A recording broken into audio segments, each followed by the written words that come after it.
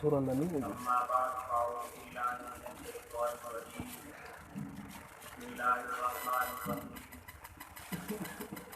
والذي أرسل رسوله بالهدى ودين الحق ليظهره على الدين كله عن أنس رضي الله تعالى عنه قال قال رسول الله صلى الله عليه وسلم إنما بعثت معلما صدق الله مولانا العظيم وصدق رسوله النبي الكريم. تو بات ہمارا ہے ہم نے اس دھرتی کے گئے ہوئے پرچم کو، تو بار پکارا ہے ہم نے اس دھرتی کے گئے ہوئے پرچم کو، یہ اہل علم بتلائیں گے کیا ہم نے دیا ہے عالم کو. نہایت محترم اساتذہ کرام، میرے ہم مکتب ساتھیوں، السلام علیکم ورحمۃ اللہ وبرکاتہ.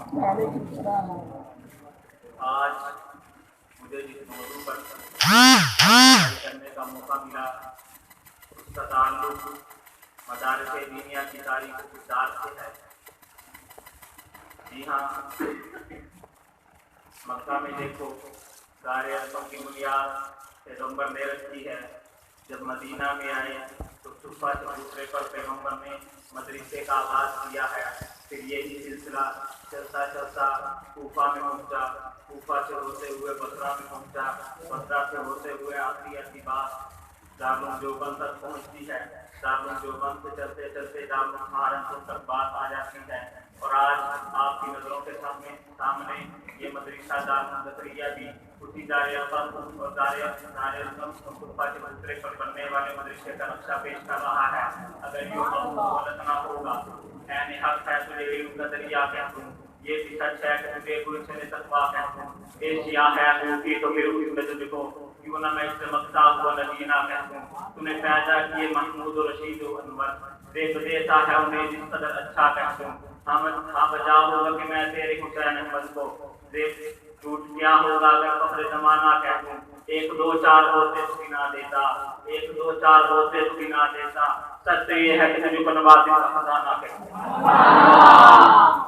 سامعین محترم ذرا توجہ رکھنا.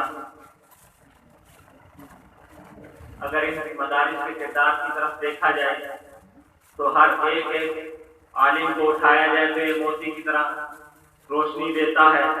پیغمبر کی وفات پر جب فتنہ ارتداد برپا ہوا تو مقابلے کے لیے ابوبکر صدیق میدان میں آتے ہیں. جب کیسر و کسریٰ اسلام سے ڈرتے ہوئے تو مقابلے کے لیے حضرت عمر رضی اللہ تعالیٰ عنہ میدان میں نکلتے ہیں. جب حدیث رسول کی بات آتی ہے تو ابن عباس رضی اللہ تعالیٰ عنہ میدان میں نکلتے ہیں. اسی طرح امام بخاری، امام احمد بن حنبل، امام نسائی، امام بیہقی، سب کے سب مدارس حدیث رسول کی بنیاد پر اس کام کو انجام دینے کے لیے میدان میں نکلتے ہیں. فتنہ قادیانیت کو برپا کرنے والے، فتنہ قادیانیت کے لیے مقابلے کے لیے فتنہ قادیانیت کے مقابلے میں حضرت امام بخاری میدان میں نکلتے ہیں. فتنہ رافضیت کے مقابلے کے لیے حضرت توسوی میدان میں نکلتے ہیں. اگر عدالت میں جنگ کی بات آتی ہے ملا انور شاہ کشمیری دیوبند کا سر کہلاتا ہے. اگر اسمبلی میں جنگ کی بات آتی ہے تو مفتی محمود دیوبندی دیوبند کا سر کہلاتا ہے. اگر ساؤتھ افریقہ کی عدالت میں جنگ کی بات آتی ہے تو مفتی محمود دیوبندی، مولانا انور شاہ کشمیری، مولانا سید عطا اللہ شاہ بخاری میدان میں نکلتے ہیں. اگر دین اسلام کو، اگر انسان کی اصلاح زندگی کی ڈوبتی ہوئی کشتی کو بھنور سے نکالنے کی بات آتی ہے تو تبلیغ کا پرچم بلند کرتے ہوئے حضرت مولانا الیاس کاملی رحمۃ اللہ علیہ میدان میں نکلتے ہیں. آخر میں بس یہی کہنا چاہوں گا کہ بعض طبیعت کو اکثر ٹھیس اس وقت پہنچتی ہے جب کے تلاطم باقی ہو اور سامنے ساحل آ جائے. وما علینا الا البلاغ.